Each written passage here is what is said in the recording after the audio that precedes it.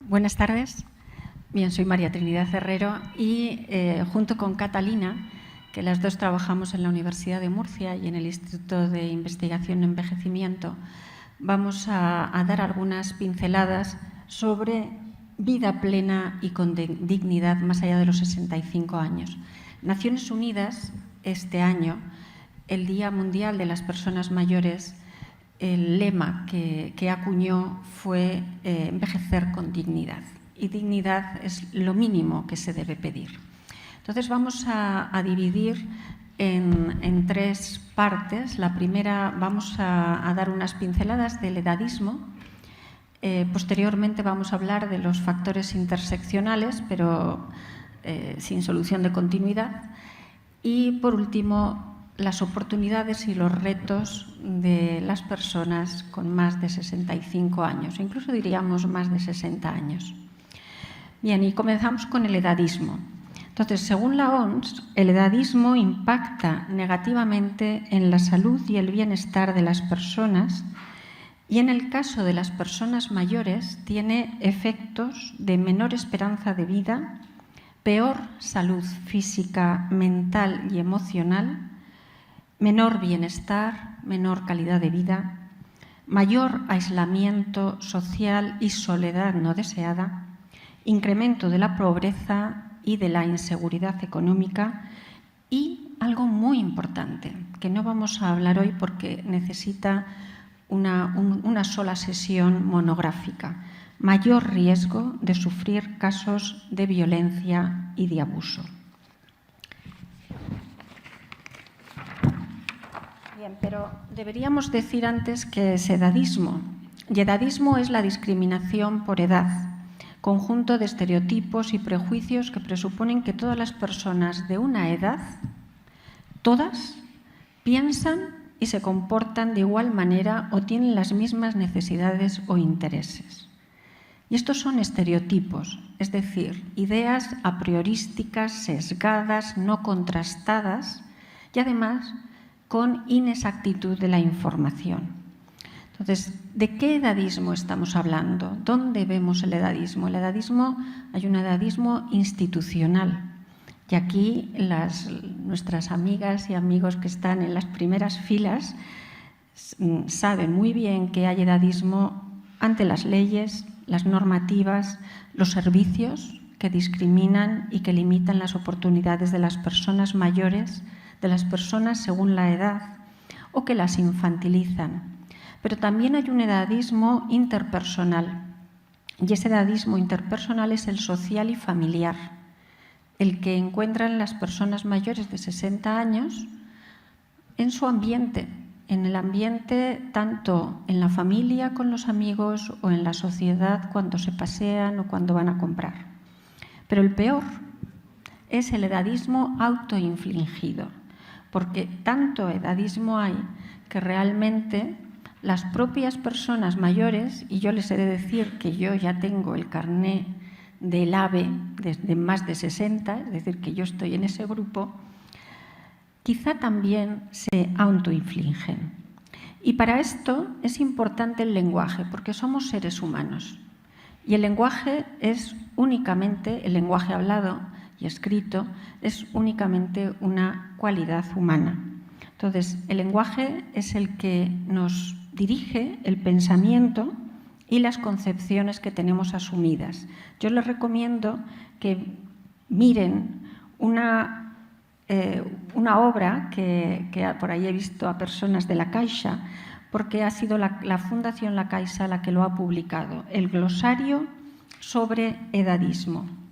Y en ese glosario sobre edadismo se hace hincapié en varias cuestiones que nos pueden pasar desapercibidas porque las tenemos tan incluidas en nuestra forma de pensar, en nuestra forma de vivir, que creemos que son normales. La infantilización. Por ejemplo, a decir, la viejita, los abuelitos, nuestros mayores, generalizando los posesivos. O son como niños, que los mayores son como niños. Eso es edadismo, y eso está estudiado que es edadismo. La despersonalización. El hablar de los mayores como los pensionistas, en futuro todos iguales, los abuelos, los jubilados, es que con la edad se pierde la cabeza. No, señores. Yo me dedico a estudiar el cerebro y con la edad no se pierde la cabeza.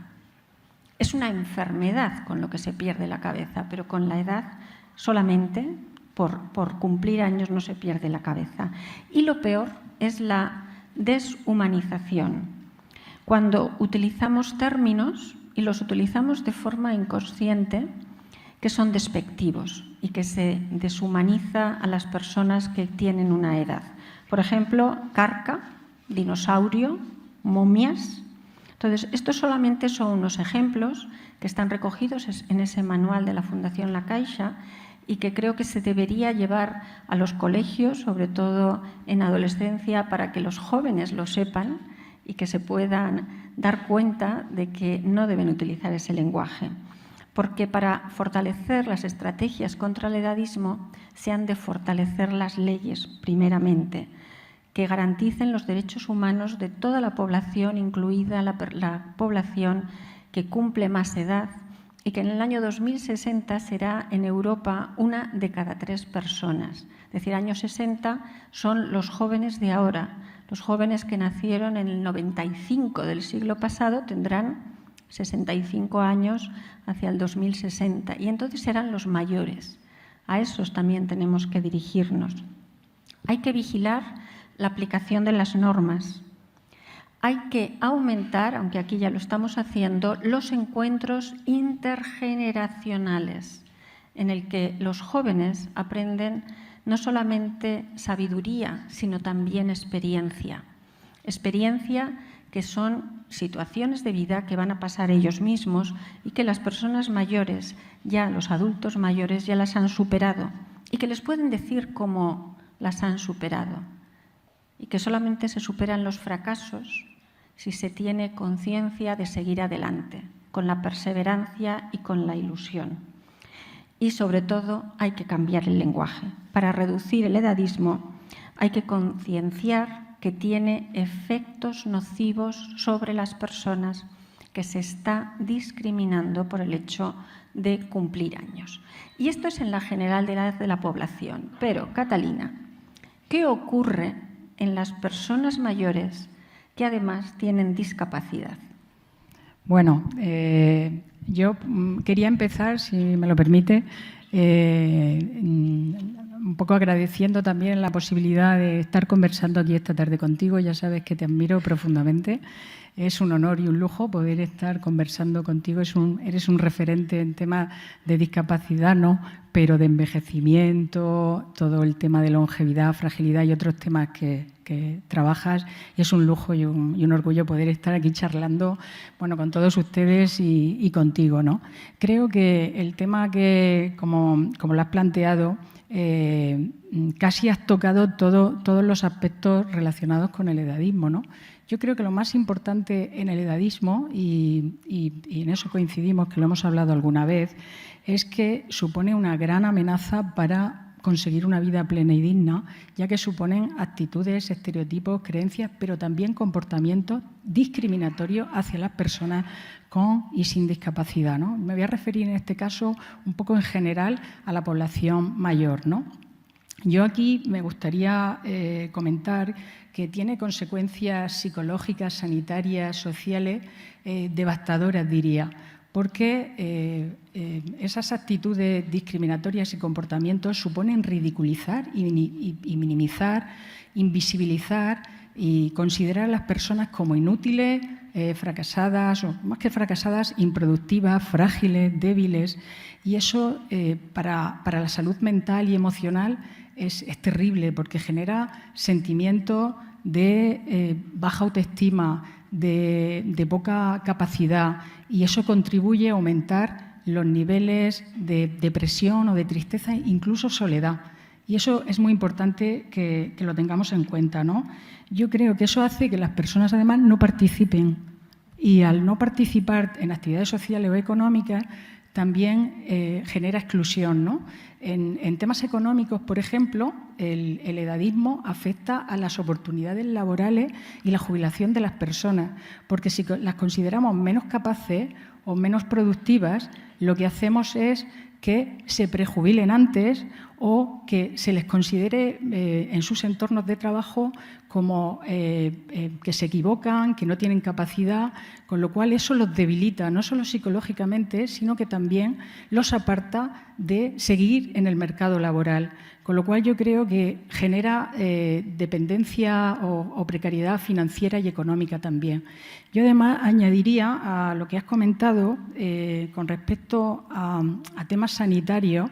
Has hablado de la infantilización, ¿no? La infantilización, por ejemplo, en el trato es muy importante. Cuando tú vas a una consulta médica y ves que se trata a la persona como si ella no estuviera delante y se le pregunta a las personas que pueden acompañarlo y no le dan la capacidad de que la persona se exprese y que la persona de alguna manera se la tenga en cuenta. Es una persona que estás hablando de su salud y está ahí, ¿no? Y esto, por ejemplo, es muy importante para el tema de introducir todo lo que es el buen trato en la atención y en la relación, algo importantísimo, ¿no? Y hay otro tema que también has tocado, que me parece fundamental. Yo lo voy a decir un poquito más coloquial, ¿no? Porque tuve la oportunidad de colaborar con la doctora Rocío Fernández Ballesteros, que es una catedrática emérita ya de la Universidad de Madrid, y ella hizo un estudio donde hablaba de los micro autoedadismos, era lo que ella denominaba los yo-yas. Los yo ya no puedo, yo ya no debo, yo ya no tengo que ponerme esto, yo ya no tengo que ir a este sitio, con lo cual si a eso le añadimos los tuyas, que es tú ya no vayas, tú ya no puedes, mamá, tú ya déjalo, que esto lo hago yo, que se te va a caer. Vamos generando en las personas una sensación de inutilidad, con lo cual yo creo que combatir el edadismo empieza también por uno mismo, ¿no? Por chequear un poco lo que decía la doctora Herrero de esos creencias, prejuicios, comportamientos, pero que también tenemos nosotros mismos, ¿no? Y está claro que para tener una vida plena y feliz, que es el lema o es la conversación que tenemos, evitar esas actitudes discriminatorias sin duda es un gran reto porque son una amenaza a una vida feliz, plena y una vida digna. Estamos totalmente de acuerdo, pero claro, ¿qué es lo que pasa con las personas cuando cumplen edad? Antes la esperanza de vida era menor, antes las personas no vivían tanto, pero en la actualidad tenemos muchas personas que superan los 90 años y bien. La esperanza de vida en España ahora está en casi 86 años para las mujeres, casi 81 años para los varones. ¿Qué significa esto? Que desde los 60 años o 65 y más hay muchos más, con lo cual ya tenemos 4 etapas. Tenemos una primera etapa que es la etapa de prevejez o jubilación. Jubilación a los 65 años, más o menos, significa que ya desde los 60 las personas ya están pensando en que se van a jubilar, pero no en plan positivo. Y eso es un periodo que lleva esta década de los 60 años. Después está la vejez temprana. Si en la etapa anterior están todavía físicamente bien y además están pensando en actividades sociales, en la etapa de los 70 a los 80, que ahora le llamamos vejez temprana, hay ya desafíos relacionados con la salud. Esas son las realidades actuales. La tercera etapa sería la vejez intermedia, que sería de los 80 a los 90 años, donde ya hay fragilidad. Ya hay alteraciones físicas, alteraciones incluso mentales, más lentitud y ya se precisa una ayuda, más o menos. Y la cuarta etapa sería la etapa de fragilidad, la vejez avanzada de los 88 en adelante. Estas 4 etapas son importantes y es importante saberlo, pero sobre todo es importante saberlo porque lo que hay que hacer es prevenirlo. Y no empezar a prevenir a los 60 años. Son etapas de la vida.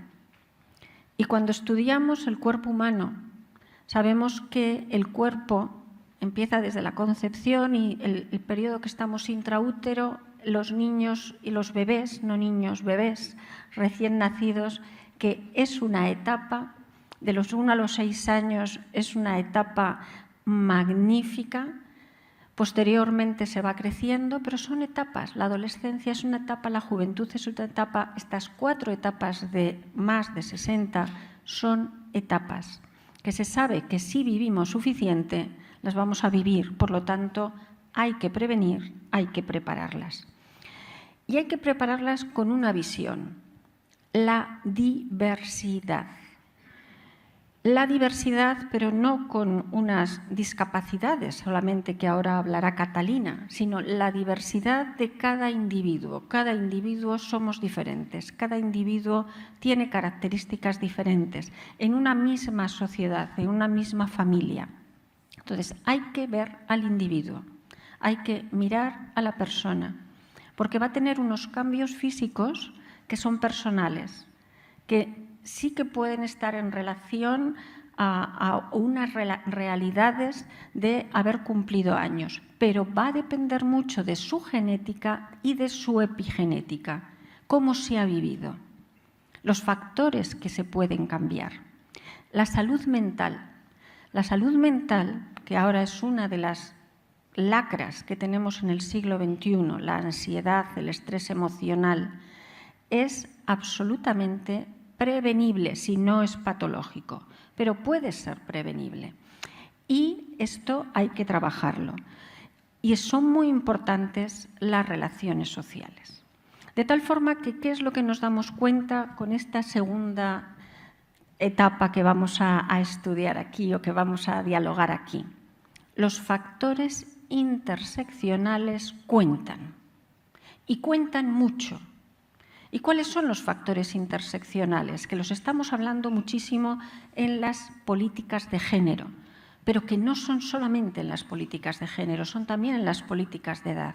Los factores sociales, económicos y culturales son determinantes del modo de envejecer. No envejece igual una persona que tiene muchos medios económicos que una que tiene menos. No envejece igual una persona con cultura que una persona sin cultura. Y no envejece igual una persona que tiene un ámbito social rico y que además le arropa que una persona que no lo tiene. Por lo tanto, los factores interseccionales los podemos cambiar, los podemos prevenir, podemos trabajar con ellos. Y sobre todo podemos trabajar con ellos para tratar a cada persona que cumple más de 60 años como un individuo único e irrepetible, porque tiene unas condiciones de vida diferentes a los que tiene al lado, porque tiene una genética diferente, pero sobre todo tiene unos factores interseccionales diferentes. Muy importante también para prevenir el miedo a la vejez. Y esto lo estamos en las tertulias, lo vamos viendo. Las personas, cuando pasan los 50 años, miedo a envejecer. He de decir, y ahora lo vamos a discutir, he de decir que las mujeres más. ¿Por qué? Porque la menopausia hace estragos. La piel la deja fatal, fatal, pero es pasajero, después se recupera. El peso, lo mismo, es pasajero, son tiempos, son etapas. Entonces tenemos que vivir en cada etapa como si fuera algo que es parte de nuestra vida, pero no es el futuro. Si nosotros nos paramos en esa etapa, nos establecemos en esa etapa, estamos cerceñando nuestro futuro. Y eso es lo que tenemos que enseñar para que las personas pierdan el miedo a la vejez y el miedo a vivir con los cambios que produce el cumplir años. Porque se pueden vivir muchos años y muy bien, pero hay que estar convencidos y hay que negar todo lo negativo La negación de la negación es una positividad. ¿Y qué es lo que pasa con las personas con discapacidad? Muy bien, querida María Trinidad. A ver, ahora sí que quiero hacer esa especial mención. Cuando hablamos de factores interseccionales estamos diciendo que se juntan en el proceso de envejecimiento, el cómo lo vivimos, tiene que ver mucho con características y con situaciones como qué edad tienes, qué género, qué situación, como decía la doctora Trinidad Herrero. Pero yo quiero traer aquí qué ocurre cuando nos encontramos personas mayores en situación de vulnerabilidad o de exclusión. Ahí se dan de 2 a 3 y 4 y 5 factores en esa misma situación, ¿no? Entonces, ¿qué pasa? Hay que pensar también, ¿qué pasa con las personas mayores con discapacidad? ¿Qué pasa con las personas mayores migrantes? ¿Qué pasa con las personas mayores sin hogar? ¿Qué pasa con las personas mayores privadas de libertad, ¿no? Tenemos que tener esa mirada hacia esa otra parte donde hay o se sufren más de 2 y 3 factores interseccionales. Y yo aquí sí que, ya sí, porque no puedo aguantarlo, sí que voy a referirme a las personas con discapacidad intelectual o del desarrollo, también personas con enfermedades o problemas de salud mental, porque, lo sabes, Trini, en los últimos años ha sido la línea en la que me he enfocado a nivel de investigación, a nivel de profesión también y, desde luego, vocación personal, ¿no? Y entonces sí me voy a referir un poco a la situación, yo diría que particular, de este grupo etario también, ¿no?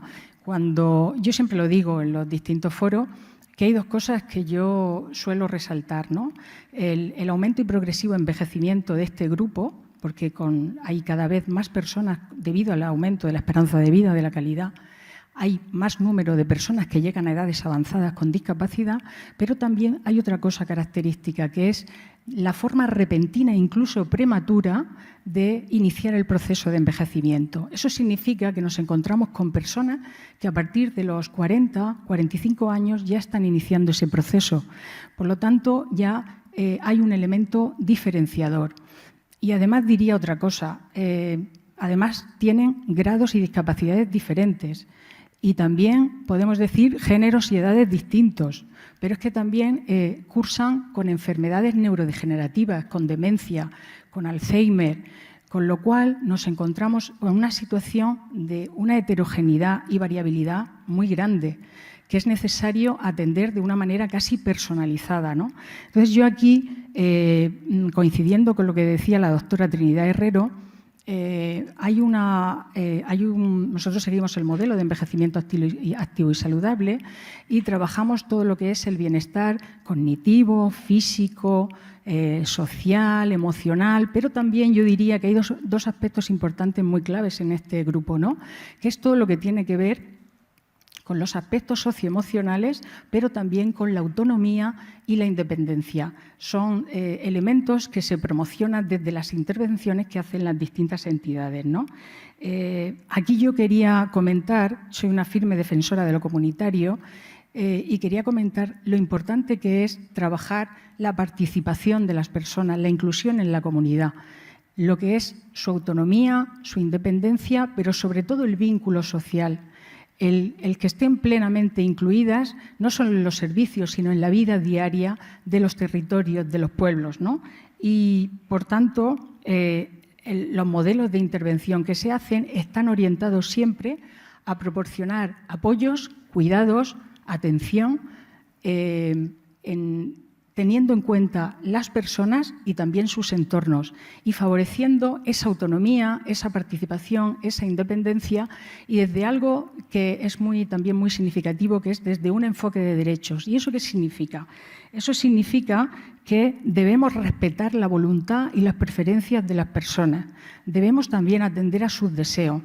a lo que ellas desean y cómo quieren envejecer, porque son personas que también, como todo, tenemos metas, tenemos sueños, tenemos sentido y propósito de vida. Y creo que eso es muy importante. En eso, el movimiento asociativo, que veo aquí bastantes caras conocidas, lo está haciendo muy bien y está trabajando de forma muy contundente y muy firme en el diseño de políticas, de alternativas, de servicios, de programas innovadores para atender estos aspectos. Y bueno, yo me emociono aquí, pero... Sí, muchas gracias, Catalina. Vamos a ir finalizando, pero hemos hablado de retos, de la independencia, de la dependencia, la interdependencia y, sobre todo, pues, estar en una sociedad participativa. En este sentido, yo quisiera decir que, además de los retos, tenemos oportunidades. Y, en este caso, además, felicitar al Ayuntamiento de Murcia porque este año cumplen 40 años de la atención a domicilio de personas mayores. Entonces, esta atención a domicilio es esencial porque son servicios auxiliares para personas que han decidido que quieren quedarse en sus casas, que no quieren a residencias. La semana que viene hablaremos de esto más porque hoy no nos da tiempo, pero las modificaciones en el hogar, los cuidados personales, atención sanitaria. No podemos separar lo social de lo sanitario, porque la persona no podemos separarle dos aspectos de ella misma. La persona es una.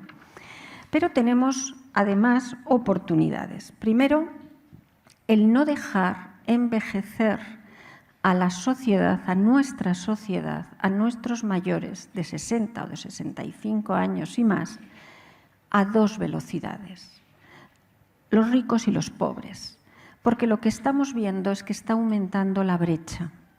Y esta brecha, que podría ser en nuestra época, lo que estamos viviendo, una oportunidad para utilizar las tecnologías como aliadas del envejecimiento, estamos viendo que la brecha existe y que no la estamos cerrando, sino que la estamos aumentando. Por lo tanto, nosotros que somos partidarios de una sociedad productiva e inclusiva, necesitamos que haya oportunidades para ir cerrando la brecha. Pero, por otra parte, también hay una oportunidad de oro, bueno, es de plata, pero que después vamos a tener la mesa redonda sobre la economía plateada, la Silver Economy. Esto es una oportunidad magnífica, sobre todo porque hay una feminización del envejecimiento. Hay una feminización también de la pobreza en el envejecimiento, que no nos da tiempo hoy de tratar. Y hay una feminización de la soledad no deseada. Además están las mujeres sándwich. ¿Saben lo que son las mujeres sándwich? Que han tenido que cuidar de la prole y que cuidan de las mayores, de las personas mayores. Entonces, están sobrecargadas y además están envejeciendo. Tienen más de 65, pero como la esperanza de vida ha aumentado, están cuidando también a personas mayores. Entonces, ahí tenemos muchas oportunidades de personas mayores que tienen muchas capacidades, que tienen sabiduría, que hay que aumentar los encuentros intergeneracionales, pero es que además van a ser parte de la economía y esa economía va a ir cambiando. Personas que cuidan de otras también necesitan esos cambios tecnológicos y para utilizar los avances de la tecnología hay que formarse. Tenemos muchos campos en los cuales podemos trabajar. Son muchos años, de los 60 a los 90 y más, es un tercio de la vida. Entonces, es una oportunidad no solo económica, es una oportunidad social, es una oportunidad sanitaria y es una oportunidad humana, porque lo que queremos es la democratización del bienestar en una sociedad que sea reflexiva, que sea participativa y que sea apreciativa, que aprecie lo que hacen las personas, pero que les deje decidir. Y esto en general. Pero ¿qué ocurre con las personas con discapacidad que en realidad tienen las mismas necesidades? Bueno, yo creo que aquí se podría decir que es prácticamente también muy similar al resto, ¿no? Y coincido plenamente con lo que has comentado. Yo quizá plantearía como 2 o 3 claves, ¿no? Y una es educar en tiempos de edadismo.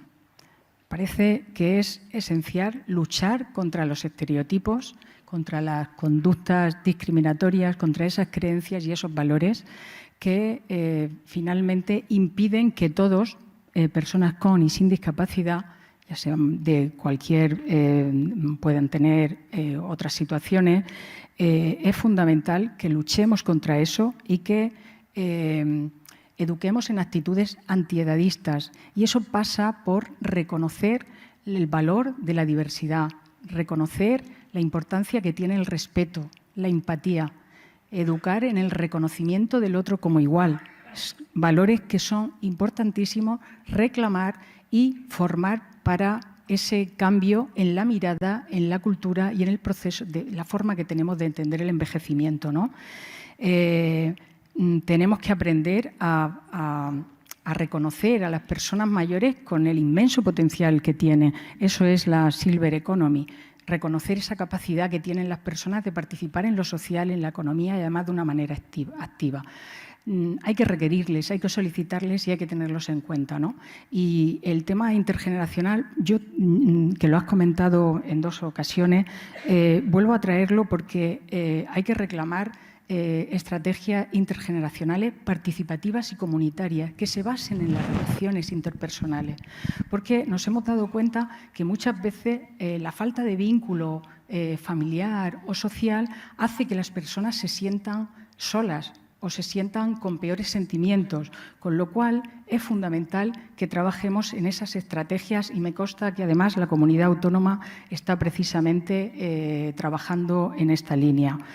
Yo también quería trasladar el mensaje de que sigamos mirando a ese otro grupo de personas que tienen otras situaciones más vulnerables. Yo he hablado de las personas con discapacidad fundamentalmente y creo que es necesario tener esa mirada porque al final todas las personas, pero en particular me voy a referir ahora a las personas con discapacidad, lo que quieren también es envejecer de forma en lugares adecuados, envejecer manteniendo sus relaciones y su cotidianidad, envejecer teniendo servicios comunitarios, envejecer teniendo una buena atención y un buen trato, envejecer participando en actividades que realmente tengan y le den sentido a su vida. Y ahí yo creo que es el trabajo que tenemos por delante. La formación de los profesionales no la podemos dejar.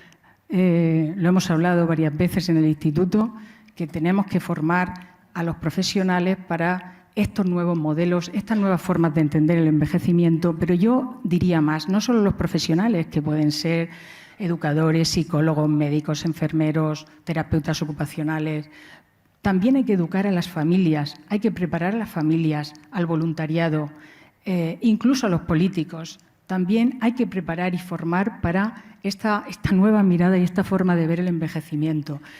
Y no quiero pasar la oportunidad, aunque sé que a lo mejor ahora entras, en el tema de aprovechar el potencial de las tecnologías, la importancia que tiene usar un poco lo que nos ofrece la tecnología.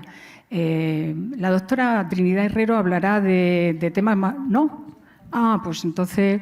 Pues no entro en eso y como no he visto a Ana saliendo, he pensado, tenemos tiempo, pero bueno, al final yo, si me permite, quería... ¿Da tiempo? Bueno, pues yo cuando termino, he cogido una práctica que es preguntarle a la inteligencia artificial siempre, ¿no? Y le he preguntado que me contara una anécdota relacionada con vida plena y vida digna, ¿no? Y me ha contestado lo siguiente, lo leo. Por supuesto, aquí tienes una pequeña anécdota relacionada con el tema de la vida plena y la dignidad en la vejez. En una residencia de ancianos, un día, un joven voluntario se acercó a uno de los residentes más mayores y le preguntó cuál era su secreto para vivir una vida plena y feliz en la vejez. El anciano sonrió y le dijo: mi secreto es aprender a disfrutar de las pequeñas cosas, a valorar cada momento, a mantener siempre una actitud positiva frente a la vida. La felicidad no tiene edad, solo consiste en tener una mente abierta y un corazón agradecido. Pues yo pensé, oye, es un ejemplo de cómo la inteligencia artificial funciona, pero al mismo tiempo pensé que sufre de edadismo, porque en todo momento se refería a un anciano, que era hombre, a un término que ya no se corresponde un poco con la realidad que estamos comentando, hablaba o los ubicaba en una residencia de ancianos. Además, el voluntario era un joven, no era una niña, no era otra persona mayor, y además el residente, bueno, lo he comentado, era un hombre y no una mujer. Pero, en cualquier caso, esta anécdota artificial casi maravillosa nos recuerda lo importante que es en la vejez el ser agradecido, el optimismo y el disfrutar de las pequeñas cosas. Y eso vale para todos, ¿no? Con lo cual... Bueno, con lo cual el mensaje que quiero lanzar es que estemos continuamente aprendiendo y chequeando nuestro lenguaje, nuestra conducta, nuestros valores, porque muchas veces caemos sin darnos cuenta. Era el final. Muy bien, Catalina, pero una cuestión que también creo que ha quedado clara en esta anécdota de la inteligencia artificial. La inteligencia artificial predice, pero predice en base a lo que se le mete, la información que se le mete. Entonces, es una información sesgada. Pero como colofón a todo esto, como el edadismo no solamente es de fuera, sino que también puede haber un edadismo autoinfligido, lo más importante para una vejez plena y digna, que es la que nos merecemos, es un cambio de actitud. Y ese cambio de actitud está en el cerebro de cada uno. Y cada uno lo podemos hacer, porque el cerebro es multipotente. Es mucho más que la inteligencia artificial, es la inteligencia humana predictiva. Antes le llamaban intuitiva, predictiva, y que puede mejorar nuestras vidas individuales. Entonces, el cambio de actitud es en la familia, es en los jóvenes, pero es en cada uno de nosotros. Aquí posiblemente nadie va a cumplir ya 45 años de lo que yo estoy viendo. Por lo tanto, el cambio de actitud ya. Y muchas gracias.